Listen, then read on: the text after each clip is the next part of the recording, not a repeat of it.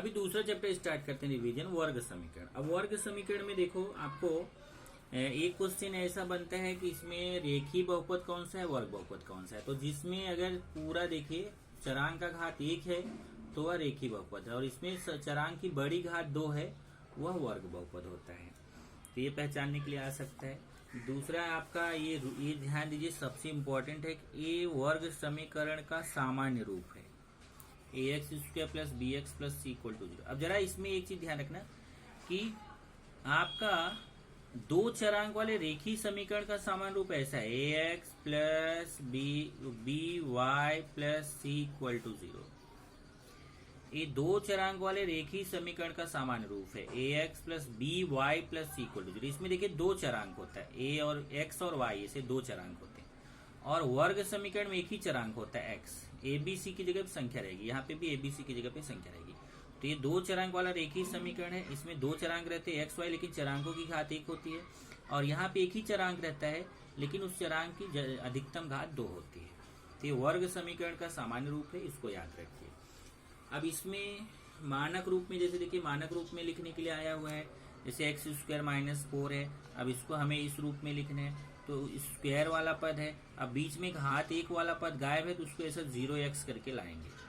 फिर संख्या वाला पद, मतलब घात 2 वाला पद, घात 1 वाला पद, संख्या वाला पद, और बराबर के बाद 0। अब इसमें abc का मान कितना हो जाएगा, देखिए तो a का मान 1, b का 0, c का -4। इस टाइप का क्वेश्चन भी आता है। देखिए इसको पूरा इधर ले लेंगे तो y² minus 2y plus 7 equal to 0। यहाँ x² प्लस 2x, यहाँ संख्या वाला पद नहीं है तो प्लस 0 इक्वल टू 0।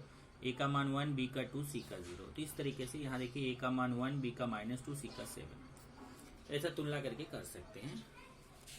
इस पे उदाहरण है, उदाहरण वगैरह अच्छे से पढ़िए, क्योंकि उदाहरण के क्वेश्चन भी आपको आते हैं। ये देखिए कृति है, बहुत ही इम्पोर्टेंट, इसको पढ़िए। एक कृति वाला क्वेश्चन आपको आएगा। उसके बाद प्रश्न संख्या 2.1 में आएंगे, तो इसमें देखिए कोई भी दो वर्ग समीकरण लिखिए। तो देखिए इतने सारे वर्ग समीकरण आपको इस चैप्टर में है, पूरा वर्ग समीकरण से भरा हुआ है। कोई भी वर्ग समीकरण आप लिख दीजिए, बस उसका रूप होना चाहिए इस रूप में, ax² plus bx plus c equal to 0 के रूप में। अब इसमें अगर ये क्वेश्चन देखिए कि कौन सा वर्ग समीकरण है, तो उसमें यही देखना है, पहले उसको इस रूप में लाओ। इस रूप में लाने के बाद अगर वो ax² plus bx plus c equal to 0 के, मतलब उसकी घात 2 अगर है, तो उसकी मैक्सिमम घात अगर 2 है तो वह वर्ग समीकरण है। यही चीज तीसरे में है, तीसरे में भी देखो इस रूप में लाना है, जिसको मानक रूप बोलते हैं। चौथे क्वेश्चन में देखेंगे तो वर्ग समीकरण के बगल में देखिए मान दिया गया, और हमें पता करना कि ये मान दिए गए वर्ग समीकरण के हल हैं कि नहीं, हल या मूल उसको बोलते हैं। तो हम क्या करेंगे, इस समीकरण में एक बार x की जगह 1 रख के चेक करेंगे। अगर ये बायां पक्ष 0 आ गया तो 0 बराबर 0 हो गया तो वर्ग समीकरण का हल है, और अगर ये 0 नहीं आया तो वर्ग समीकरण का हल नहीं है। ऐसे -1 रख के भी यहाँ पे चेक करेंगे।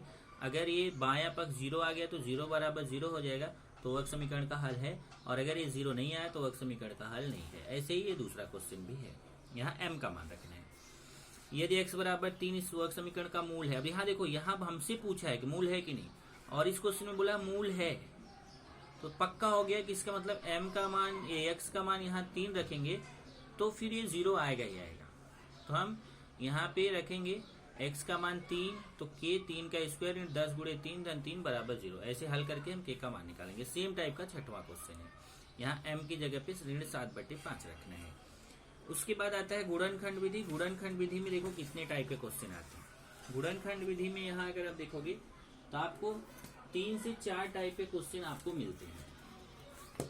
कभी कभी तो 1 नंबर का एक छोटा सा क्वेश्चन आ जाता है, जहाँ पे आपको केवल कॉमन लेंगे और कॉमन लेके आपका आंसर आ जाता है। ये बहुत ही छोटा सा क्वेश्चन होता है, केवल आप वहाँ पे कॉमन ले लीजिए और आंसर हो जाएगा। जैसे 11वां क्वेश्चन, अगर 2.2 का मैं 11वां क्वेश्चन आपको दिखाऊं, ये देखिए ये 2.2 का 11वां क्वेश्चन है। 21m को इधर ले लीजिए, माइनस हो गया। देखिए यहाँ 7m कॉमन है, क्योंकि 7 से 21 में भाग जाएगा तो 7 कॉमन हो गया और m कॉमन हो गया। अब 7m कॉमन लिया, 7m का भाग यहाँ, 7m का भाग यहाँ 7 का भाग देंगे तो 7 कटेगा, 1m का भागेंगे 1m बचेगा। यहाँ 7 3 21 3 और m कट गया। अब एक बार जब ये देखिए गुणनखंड हो गया, बस 2 लाइन में गुणनखंड हो गया। अब एक बार 7m को 0 करो, एक बार m-3 को 0 करो, तो यहाँ से m बराबर 0/7, यहाँ m बराबर 3, m बराबर 0 आ गया, m बराबर 3 आ गया। ये पहला। दूसरा टाइप का क्वेश्चन क्या होता है कि वो इस टाइप से रहेगा। देखिए जैसे इधर इन सब में दो पद रहते हैं। देखिए कॉमन वाले में भी दो पद रहेगा, और ये जब a² - b² वाला फॉर्मूला है तो भी दो पद। जैसे 9 को इधर लाए तो देखो इसको 5m का स्क्वायर लिख सकते हैं, इसको 3 का स्क्वायर। तो यहाँ पे हमारा सूत्र बन जाता है a² - b² का होता है a + b a - b। एक बार 5m + 3, एक बार 5m - 3। फिर देखो गुणनखंड हो गया ना, गुणा के दो खंड हो गए। एक बार इसको 0 करो, एक बार इसको 0।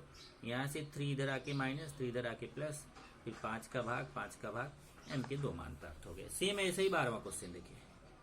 m a 11 को करनी में 11 का स्क्वायर लिख सकते हैं, तो a² - b² के जैसा हो गया। तो एक बार a + b, एक बार a - b। एक बार m धन करनी में 11, एक बार m ऋण करनी में 11। एक बार इसको 0 किया, एक बार इसको 0, प्लस इधर आके माइनस, माइनस इधर आके प्लस, और m के 2 मान प्राप्त हो गए। तो ये हो गया। दूसरे टाइप का क्वेश्चन है जिसमें 3 पद होते हैं, त्रिपदी। और त्रिपदी में आपको यही ध्यान रखना है कि किनारे किनारे वाली संख्या का गुणा किया जाता है। जैसे 1 में 54 का गुणा किया तो यहाँ 54 आया। फिर बीच वाली संख्या जो है उसको यहाँ पे लिया जाता है। फिर ऐसे देखते हैं दो संख्या की गुणा करने पे ये 54 आए, जोड़ने या घटाने पे 15 आए। तो जैसे देखिए 9 में 6 का गुणा करेंगे तो 54, और 9 में 6 जोड़ेंगे तो 15। फिर जो बड़ी संख्या रहती है उसके सामने ये बीच वाला चिन्ह लगा देने का। जैसे यहाँ बीच वाला चिन्ह माइनस है, तो ये बड़ी वाली संख्या के सामने लगा दो। और जो छोटी वाली संख्या है उसके सामने ये दोनों चिन्हों का गुणा करके लगाओ, माइनस और प्लस का गुणा करके। तब इसका गुणन अब क्या करेंगे, अब ये किनारे वाली संख्या, किनारे वाले जो पद हैं ऐसे लिखेंगे। देखो x² ऐसे लिखेंगे और 54 को ऐसे लिखेंगे, x² ऐसे, 54 ऐसे। केवल जो बीच वाला पद है ना उसको हटा देंगे। वहां ऋण 9, यहाँ ऋण 15x को हटा के वहां ऋण 9x, ऋण 6x लिखेंगे। अब 4 पद हो जाता है तो 2 को साथ लेंगे।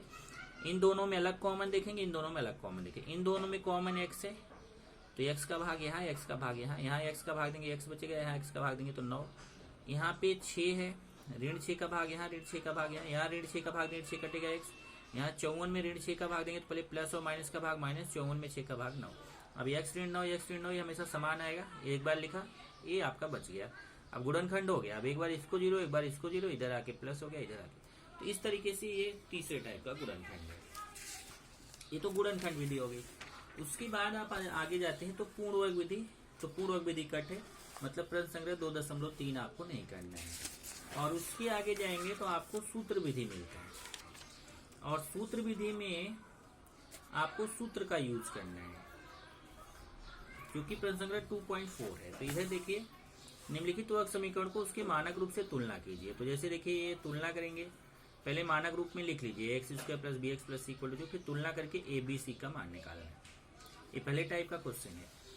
जैसे यहाँ देखिए y² = 7y है, 7y इधर लिया, लेकिन यहाँ संख्या वाला पद नहीं है। तो y² - 7y + 0 = 0। तो a का मान 1, b का -7, c का 0।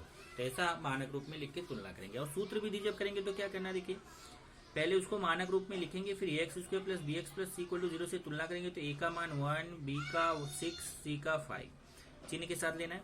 फिर b² - 4ac का मान निकालेंगे। b का मान 6 का स्क्वायर माइनस 4 गुणे a का मान 1 गुणे c का मान 5, 6 36 माइनस 20 हो गया, 16 आ गया।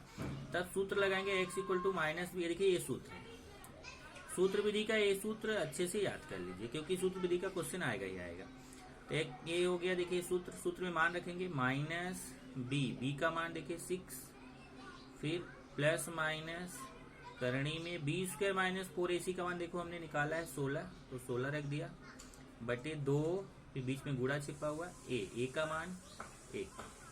अब ऋण 6 और 16 का वर्गमूल 4 आएगा, बटे 2। एक बार देखिए प्लस चिन्ह लेंगे, एक बार माइनस। एक बार ऋण 6 + 4 बटे 2, एक बार ऋण 6 ऋण 4 बटे 2। इधर देखिए 2 बार लिया। अब ये माइनस प्लस घटता बड़ी संख्या का चिन्ह, तो यहाँ -2 बटे 2, यहाँ माइनस माइनस जोड़ा जाता है बड़ी संख्या का चिन्ह, ऋण 10 बटे 2। इसको काटेंगे ऋण 1 आएगा, इसको काटेंगे ऋण 5 आएगा। तो इस तरीके से सूत्र विधि से आपको क्वेश्चन करना है। प्लस माइनस का इसमें गलती होता है, उस चीज का ध्यान रखेंगे। तो अभी मैं आपको आज प्रश्न संग्रह 2.1, 2.2 और 2.4 इससे रिलेटेड आपको क्वेश्चन दे रहा हूँ, उसको आपको करना है।